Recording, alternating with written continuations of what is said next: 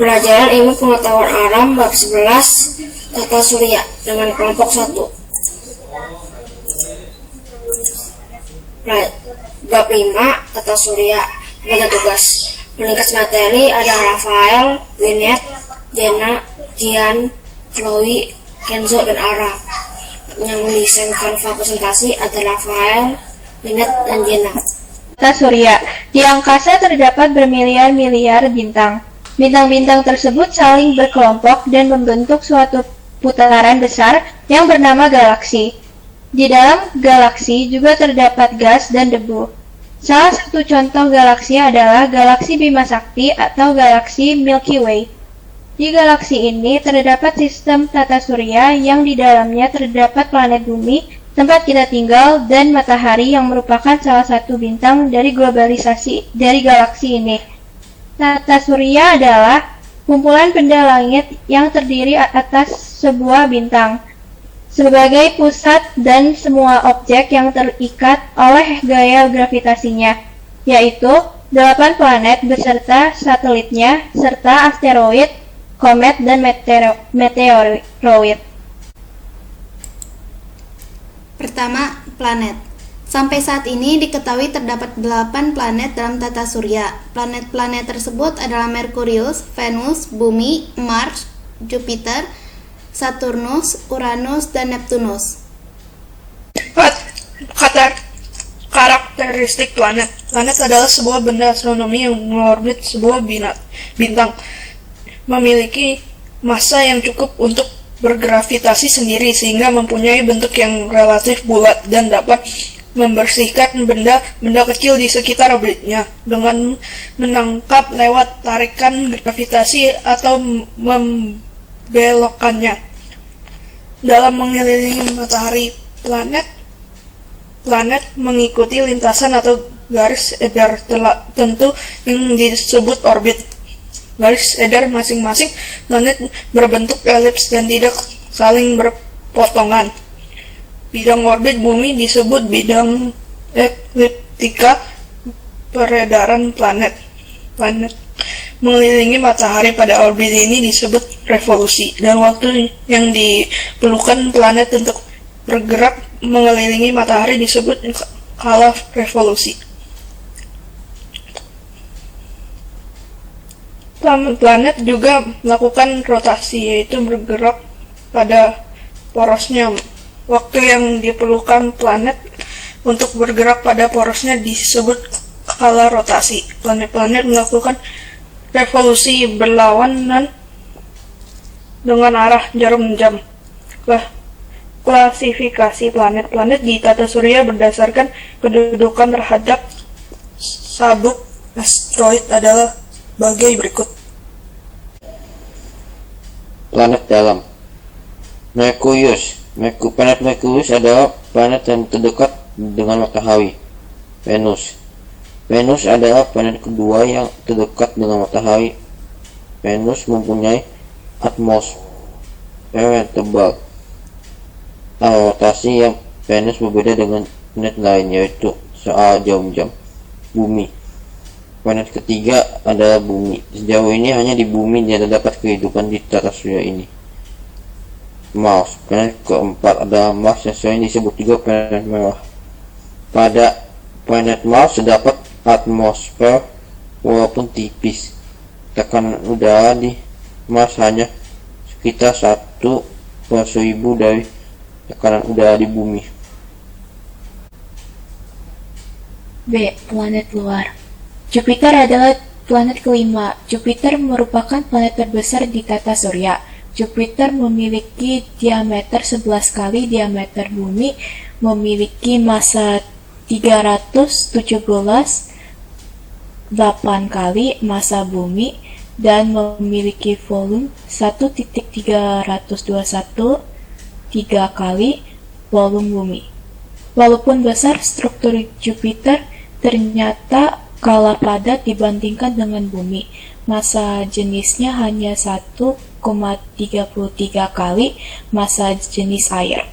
Saturnus. Planet ke-6 adalah Saturnus, atau planet bercincin. Cincin Saturnus tampak simetris sehingga sangat indah untuk diamati. Cincin ini diperkirakan terbentuk dari partikel es dan bebatuan.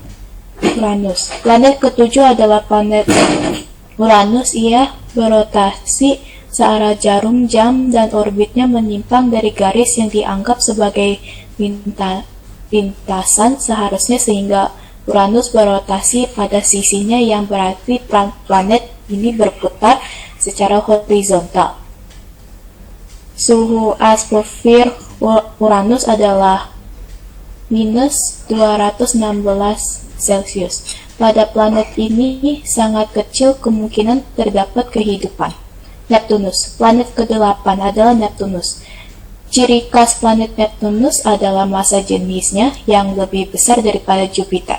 Suhu di Neptunus kurang lebih minus 214 Celcius, sehingga di planet ini juga tidak terdapat kehidupan. Satelit berada mengelilingi planet sehingga disebut sebagai pengiring planet. Satelit bersama dengan planet mengelilingi matahari. Di dalam tata surya terdapat sekitar 146 satelit alami yang diketahui. Bumi mempunyai satu satelit, yaitu bulan. Mars mempunyai 2 satelit. Jupiter mempunyai 50 satelit. Saturnus mempunyai 53 satelit. Uranus punya 27 satelit. Dan Neptunus mempunyai 13 satelit. Dari keseluruhan satelit, hanya 5 satelit yang berukuran sama atau lebih besar daripada bulan. Sedangkan sisa lebih kecil daripada bulan. Ganymede, satelit Jupiter, merupakan satelit yang paling besar, sedangkan Titan, satelit Saturnus, merupakan satelit terbesar kedua. Kedua satelit ini diketahui mempunyai atmosfer. 3. Asteroid atau planetoid. Asteroid atau planetoid adalah planet-planet kecil yang jumlahnya puluhan ribu yang mengorbit mengelilingi matahari.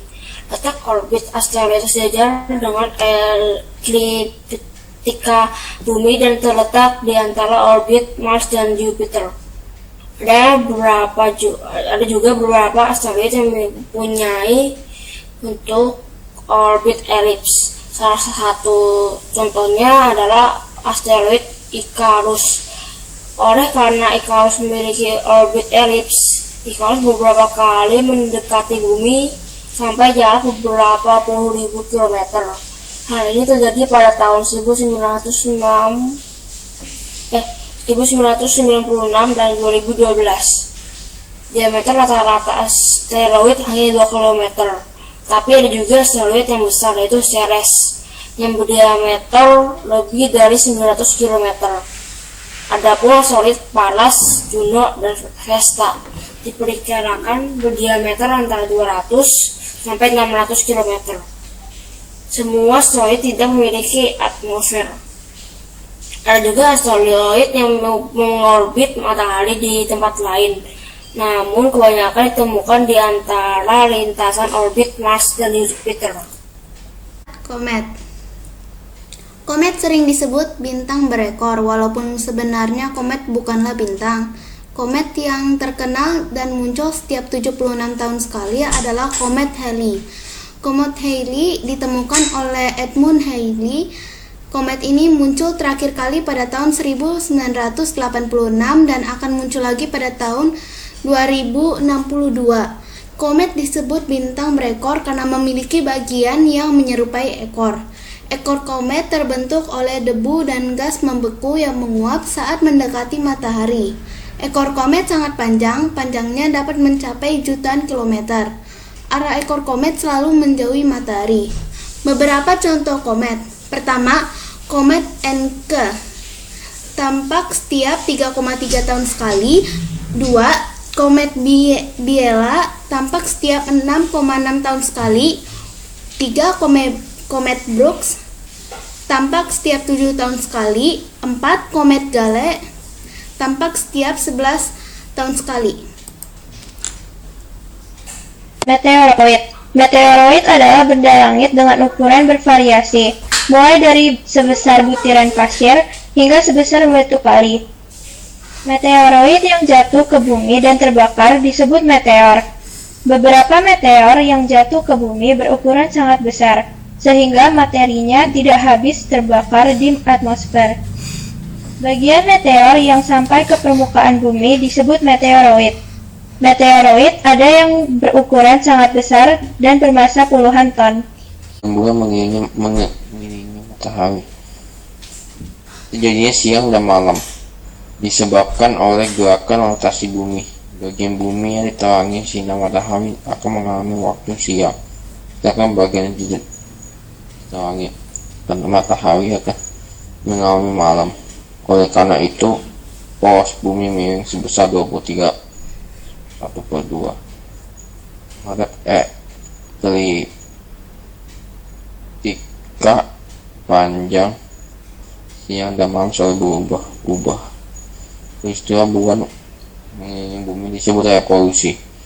Kalau revolusi bulan adalah 27/3,3 hari. Kalau revolusi bulan disebut juga satu bulan sideris. Perpaduan antara gerak bulan mengorbit bumi dan bumi mengorbit matahari mengakibatkan selang waktu dari bulan purnama ke bulan purnama berikutnya. Bersama dengan satu bulan sideris, fase bulan purnama ke bulan purnama berikutnya membutuhkan waktu 29,53 hari. Lama waktu ini biasa disebut dengan satu bulan sinodis. Ilmuwan Inggris bernama Isaac Newton menyatakan bahwa antara dua benda yang memiliki massa akan terjadi gaya tarik-menarik yang disebut gaya gravitasi. Besarnya gaya gravitasi dapat diketahui dengan persemanan F sama dengan G dan Y. Hukum pergerakan planet-planet. Pada tahun 1543, seorang astronom Polandia yang bernama Nicolaus Copernicus mengemukakan teorinya yang menganggap bahwa matahari adalah pusat tata surya dan anggota-anggota tata surya yang lain beredar mengelilingi matahari. Pendapat Copernicus ini kemudian disempurnakan oleh Johannes Kepler di abad yang sama.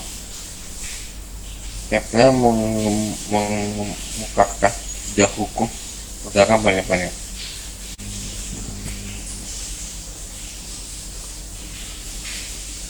Pada tahun 1543, seorang astronom Polandia yang bernama Nicolaus Copernicus menemukan teorinya yang menganggap bahwa matahari adalah pusat tata surya dan anggota-anggota tata surya yang lain beredar mengelilingi matahari. Pendapat Copernicus ini kemudian disempurnakan oleh Johannes Kepler di abad yang sama. Kepler mengemukakan tiga hukum pergerakan planet-planet.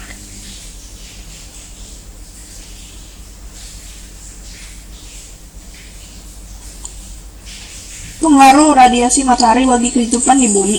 Matahari merupakan pusat tata surya.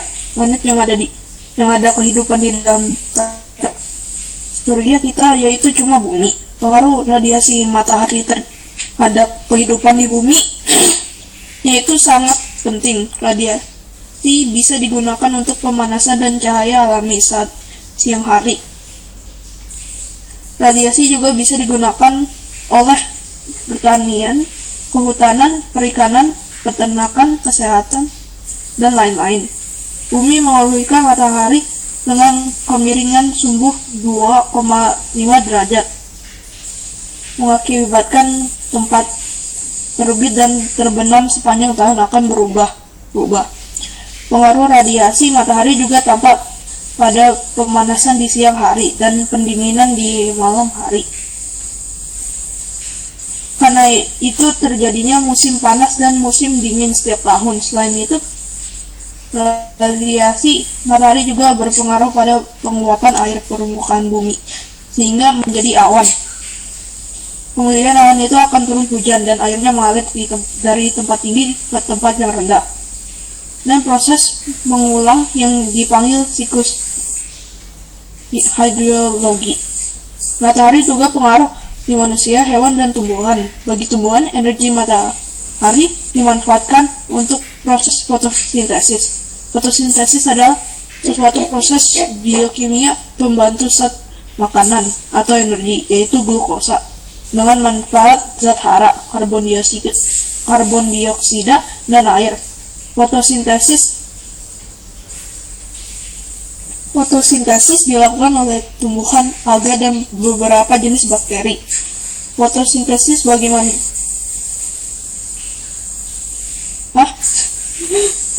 manusia dan hewan bisa merangsang matahari. Bagi manusia dan hewan bisa merangsang untuk menghasilkan vitamin B yang berfungsi untuk metabolisme kalsium sehingga membentuk tulang yang kuat.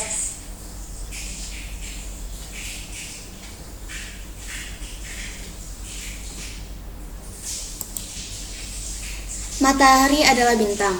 Matahari adalah sebuah bintang. Matahari tampak besar jika dilihat dari bumi karena jaraknya yang relatif dekat jika dibandingkan dengan bintang-bintang lainnya, akan tetapi matahari bukan bintang terbesar.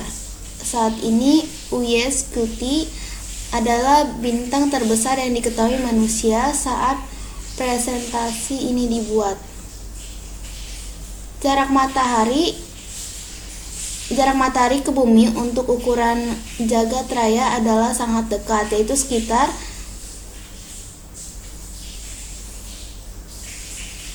150 juta km atau satu satuan astronomi SA. Jarak antar bintang di jagat raya diukur dengan satuan tahun cahaya. Tahun cahaya adalah jarak bukan waktu. Oleh karena 1 tahun 365 hari, maka 1 hari 24 jam dan 1 jam 3.600 second, sedangkan kelajuan cahaya adalah 300.000 km per second. Maka 1 tahun cahaya adalah 1 tahun cahaya sama dengan 365 dikali 24 dikali 3.600 dikali 300.000 km sama dengan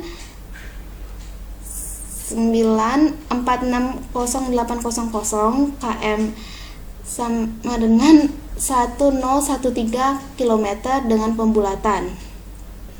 Jadi 1 tahun cahaya adalah 100 triliun. Fokus IPA. Seperti bintang lain, matahari menghasilkan cahaya sendiri. Cahaya tersebut timbul dari energi yang dihasilkan oleh reaksi fusi nuklir.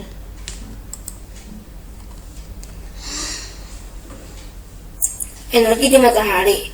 Pembentukan energi dari matahari terjadi melalui reaksi fusi nuklir, yaitu penggabungan inti atom hidrogen membentuk inti atom helium. Masa matahari yang berkurang atau hilang berubah menjadi energi matahari.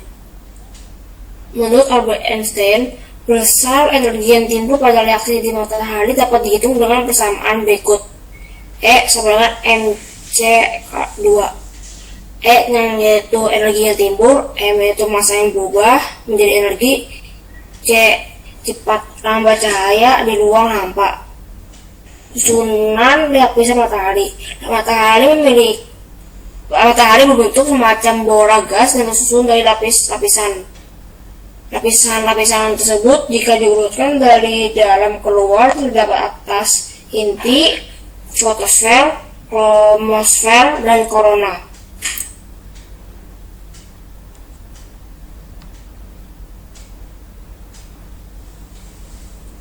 Inti matahari merupakan bagian yang selalu bergolak. Di sini reaksi fusi nuklir yang menghasilkan energi yang luar biasa besar.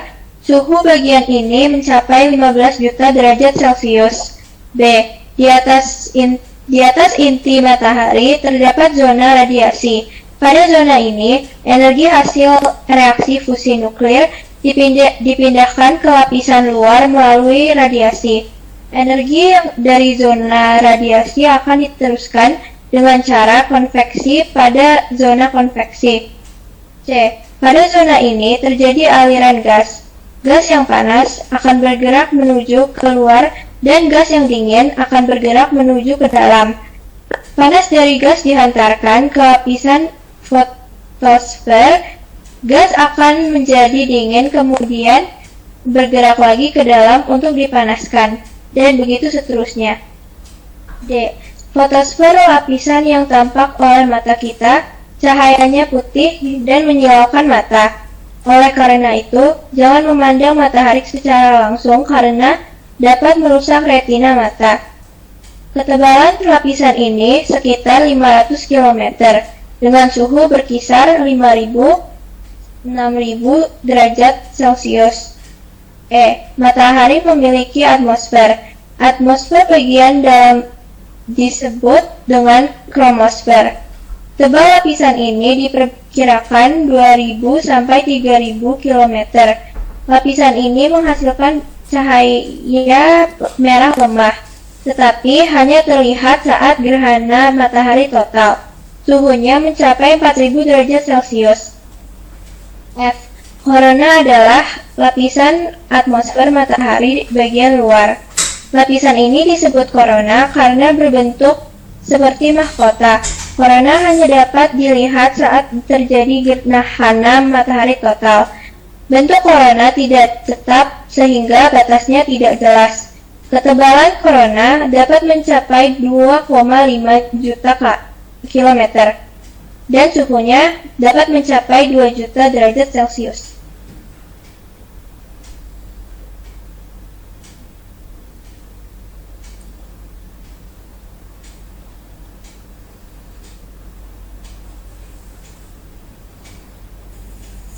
Y. Bumi dan berlakunya. Satu, rotasi bumi adalah perputaran bumi pada porosnya. Periode rotasi bumi adalah 23 jam, 56 menit atau 24 jam. Bumi berotasi dari arah barat ke timur. Karena bumi berotasi, maka menimbulkan akibat-akibat sebagai berikut.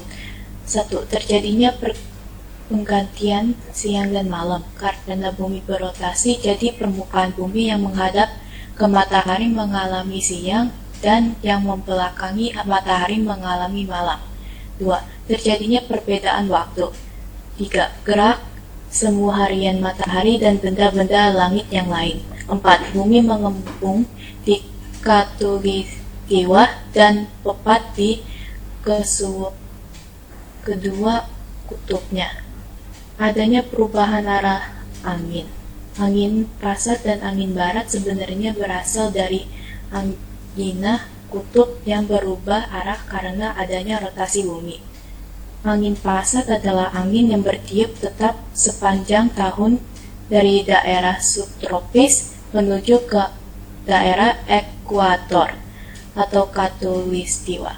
Terdiri dari angin pasat timur laut bertiup di belahan bumi utara dan angin pasat tenggara bertiup di belahan bumi selatan.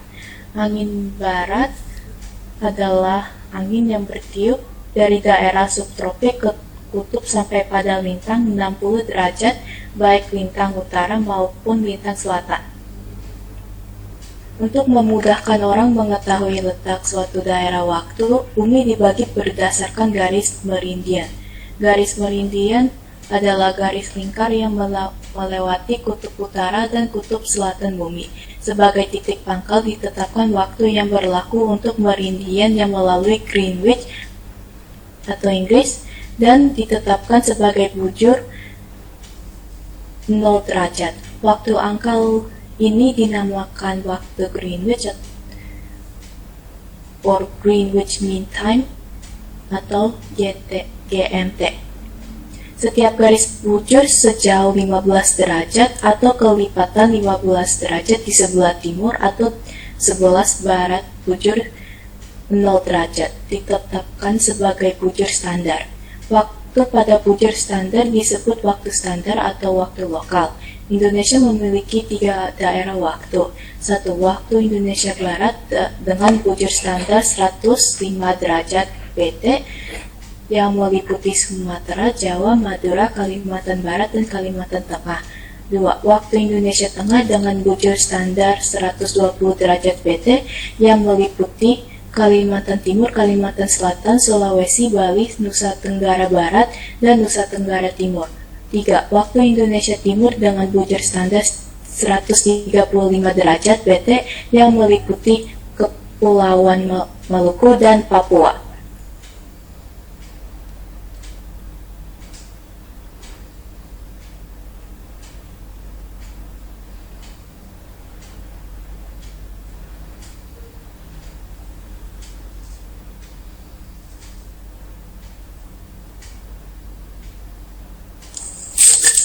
Dari bujur 0 derajat, jika ditarik ke barat akan sampai bujur 180 derajat BB.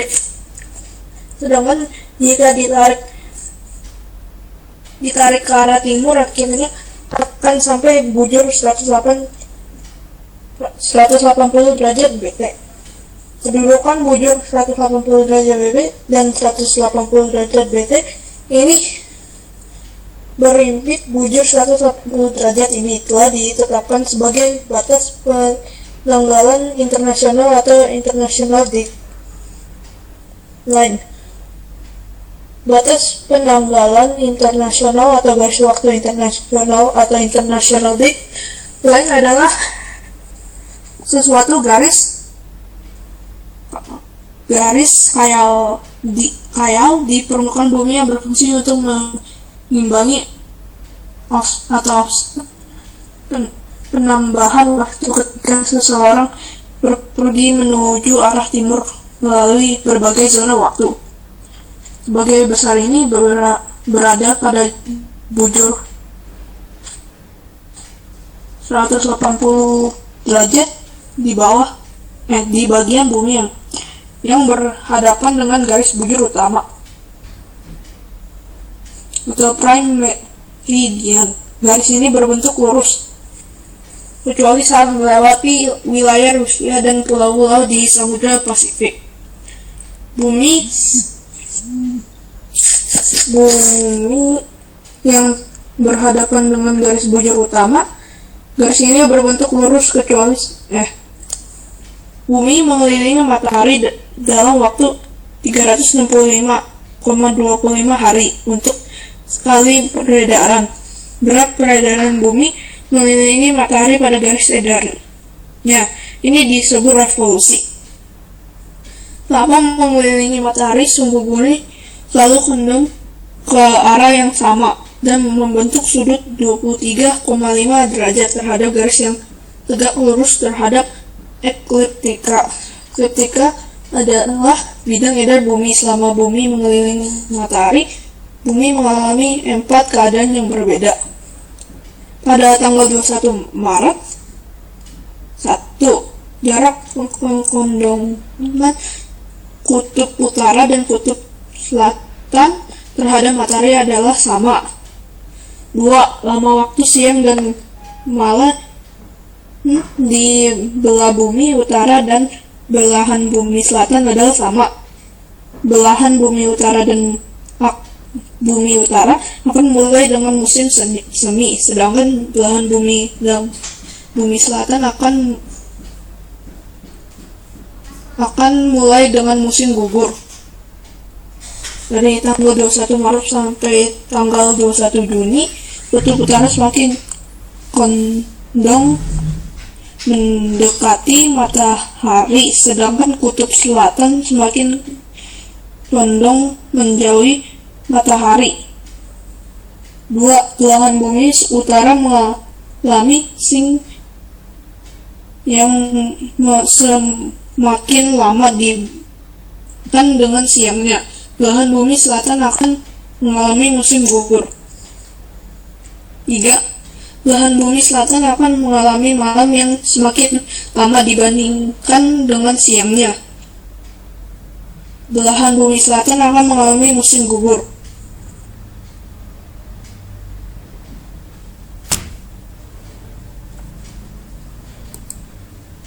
C. Pada tanggal 21 Juni, pertama posisi kutub utara paling condong sehingga paling dekat dari matahari.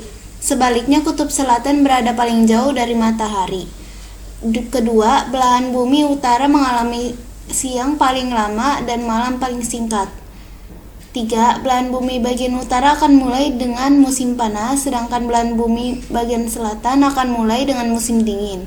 D. Dari tanggal 21 Juni sampai tanggal 23 September. Pertama, kutub utara akan semakin menjauhi matahari, sedangkan kutub selatan akan semakin mendekati matahari. Kedua, siang di belahan bumi utara akan berlangsung semakin dekat, tetapi akan tetap lebih lama daripada malam. Sementara itu, malam akan berlangsung semakin lama, tetapi akan tetap lebih singkat daripada siang. Sebaliknya, di belahan bumi bagian selatan, siang akan berlangsung semakin lama tetapi akan lebih pendek daripada malam. Adapun malam yang berlangsung semakin singkat tetapi akan tetap lebih lama daripada siang. Di belahan bumi utara mengalami musim panas, sedangkan di belahan bumi selatan mengalami musim dingin.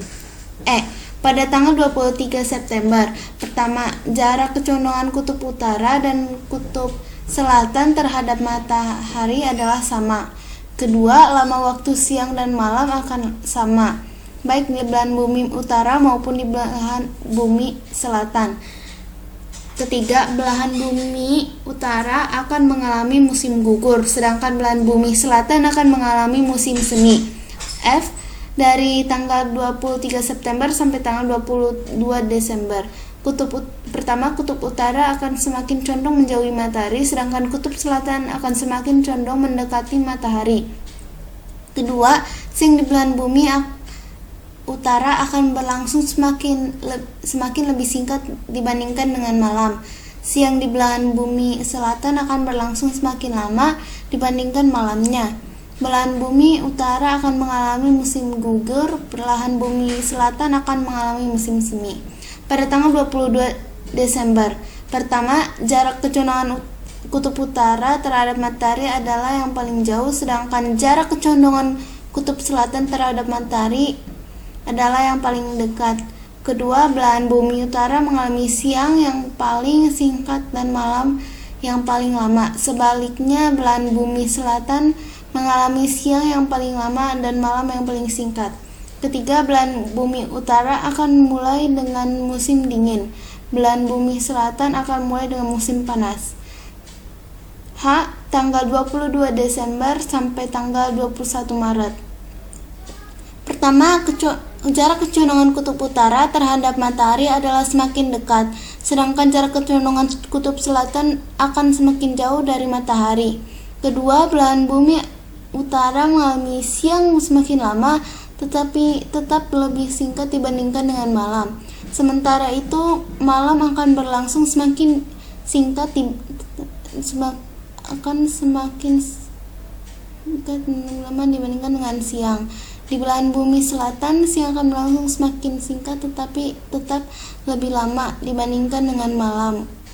Adapun malam akan berlangsung semakin lama tetapi tetap lebih singkat dibandingkan dengan siang. Ketiga, belahan bumi utara akan mengalami musim dingin, belahan bumi selatan akan mengalami musim panas.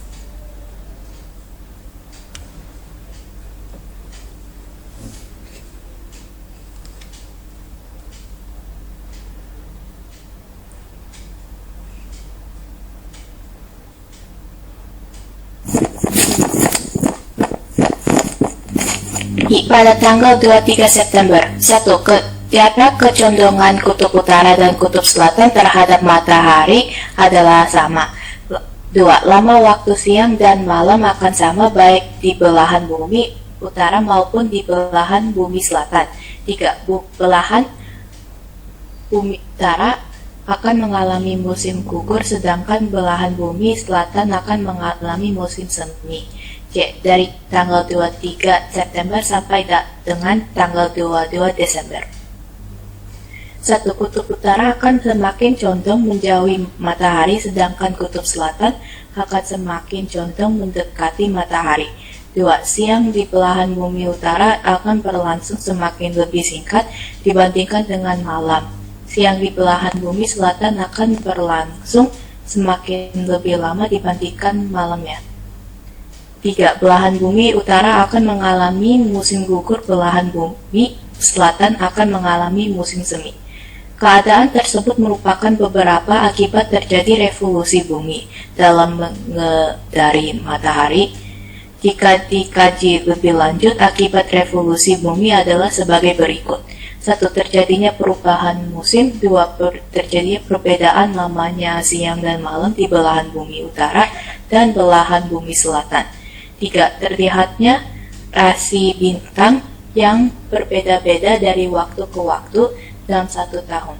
Oleh karena itu, dahulu orang menggunakan munculnya rasi bintang ini sebagai patokan musim. 4. Gerak semut tahunan matahari. Gerak revolusi bumi ini tidak dapat diamati. Adapun yang dapat diamati adalah perpindahan-pindahannya, tempat terbit dan terbenamnya matahari sepanjang tahun. Akibat dari gerak semut tahunan matahari akan terjadi hal-hal berikut. 1. Pada tanggal 21 Maret, matahari akan terbit di atas garis khatulistiwa. 2. Pada tanggal 21 Juni, matahari akan terbit di atas garis balik utara. 3. Pada tanggal 23 September, matahari akan terbit di atas garis khatulistiwa. 4. Pada tanggal 22 Desember, matahari akan terbit di atas garis balik selatan.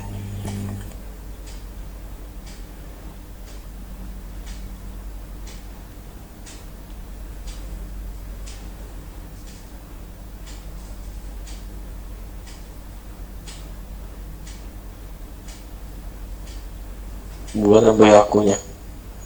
Permulaan bulan. Bulan adalah satelit bumi satu-satunya dan merupakan satelit terbesar kelima dalam tata surya. Bulan juga merupakan satelit alami terbesar di tata surya dengan ukuran planet yang orbitnya dengan diameter 27%, kepadatan 60% dan massa 1,1 dari bumi. Di antara satelit alami lainnya, bulan adalah satelit terpadat kedua setelah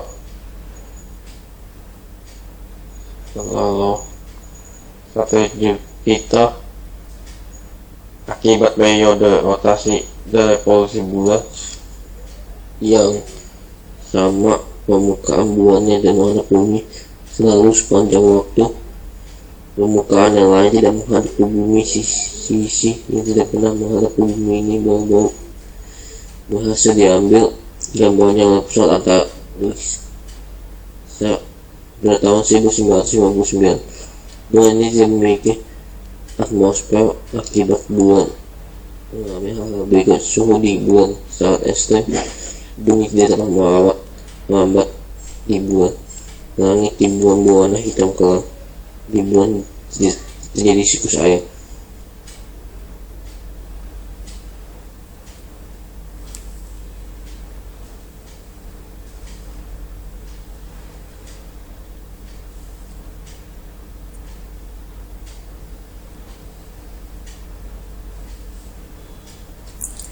Dua, rotasi dan revolusi bulan. Pengertian rotasi benda angkasa adalah berputarnya benda angkasa tersebut pada sumbu atau poros benda tersebut. Semua benda angkasa mengalami rotasi ini, baik bulan dan juga planet.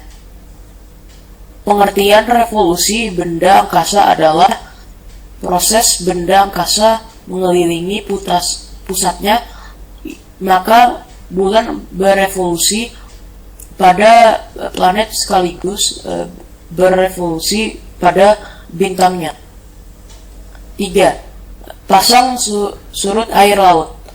Pasang surut air laut dibedakan dalam dua kondisi, yaitu air permukaan laut naik dan air permukaan laut turun. Pada suatu waktu, laut akan mengalami beberapa kali pasang dan beberapa kali surut akibat dari rotasi bumi. Pada saat terjadi bulan purnama, bagian bumi yang menghadap bulan akan mengalami pasang naik tertinggi, sedangkan bagian bumi yang membelakangi bulan mengalami surut terdalam. Pasang naik atau pasang purnama umumnya terjadi 2 kali dalam sebulan, tepatnya di bulan baru dan bulan purnama. Ketika bulan baru, posisi bumi, bulan, dan matahari berada pada satu garis lurus konjungsi, sehingga gaya gravitasi bulan dan matahari menarik bumi.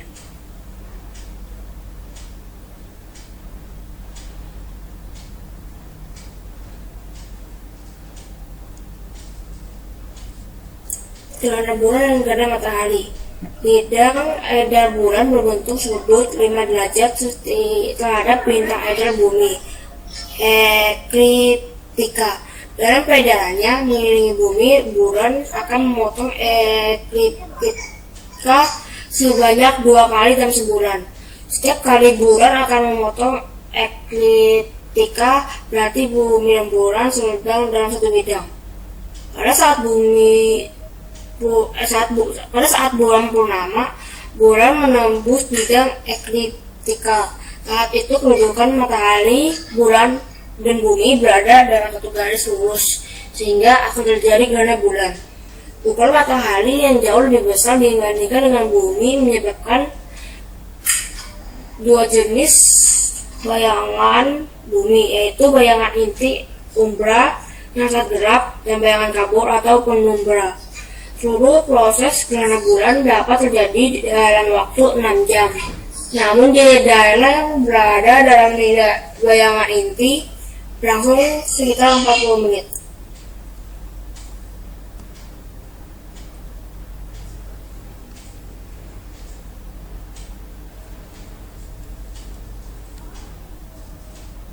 Pada saat bulan menembus bidang ekliptika, yaitu pada saat bulan mati, akan terjadi gerhana matahari. Pada saat terjadi gerhana matahari, bayangan bulan jatuh ke permukaan bumi. Ukuran bulan yang lebih kecil dari bumi menyebabkan bayangan bulan hanya menutupi daerah yang sempit saja. Bayangan bulan juga membentuk umbra dan penumbra. Orang yang berada di daerah umbra akan melihat gerhana matahari total. Orang yang berada di daerah penumbra akan melihat gerhana matahari sebagian. Gerhana matahari total terjadi relatif singkat, hanya akan berlangsung tidak lebih dari 6 menit saja. Pada saat gerhana matahari total, matahari benar-benar gelap. Ada juga gerhana matahari cincin. Gerhana ini terjadi saat bulan berada pada titik terjauh (titik aphelion).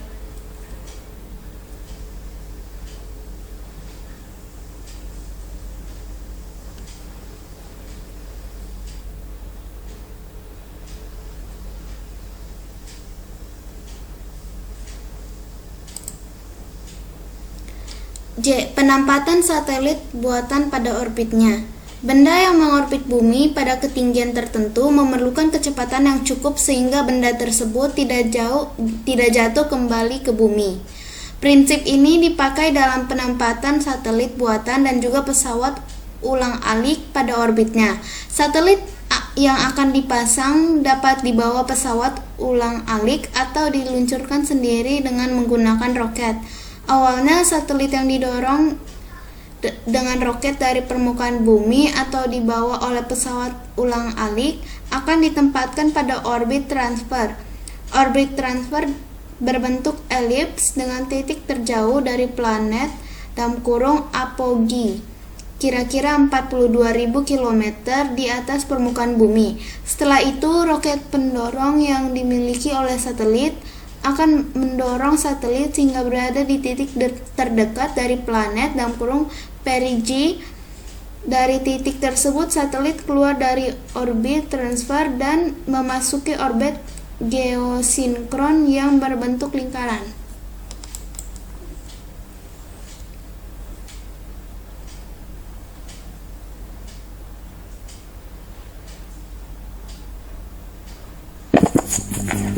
Macam-macam satelit buatan. Satelit buatan adalah benda yang sengaja dibuat dan diletakkan di angkasa luar mengorbit bumi untuk tujuan tertentu. Berdasarkan fungsinya, satelit terbagi menjadi 5 macam, yaitu satelit komunikasi, satelit navigasi, satelit cuaca, satelit militer, dan satelit penelitian. Satelit komunikasi diluncurkan untuk memberikan pelayanan radio dan TV kepada penduduk yang ada di bumi, contohnya satelit Palapa. Satelit cuaca diluncurkan untuk menunjukkan formasi awan yang menyelimuti permukaan bumi. Satelit cuaca dimunculkan pada tahun 1960 yang diberikan nama TIROS-1. Satelit lainnya Nimbus 1 diluncurkan pada tahun 1964 dan Nimbus 6 diluncurkan pada tahun 1975. Satelit Nimbus 6 diluncurkan untuk mengukur radiasi atmosfer bumi. Satelit navigasi merupakan satelit transit yang diluncurkan untuk membantu navigasi di darat dan laut. Contohnya kapal terjebak dalam cuaca buruk. Awak kapal laut dapat menghubungi satelit transit dengan radio. Kemudian satelit transit memberitahukan posisinya dan memandunya keluar.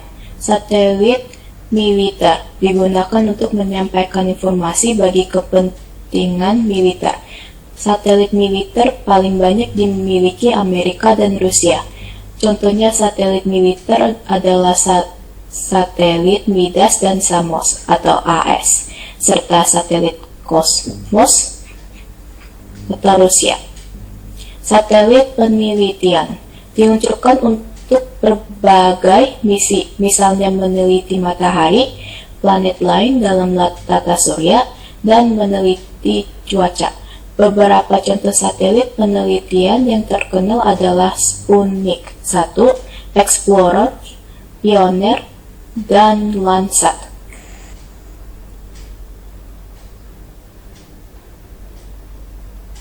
Terima kasih.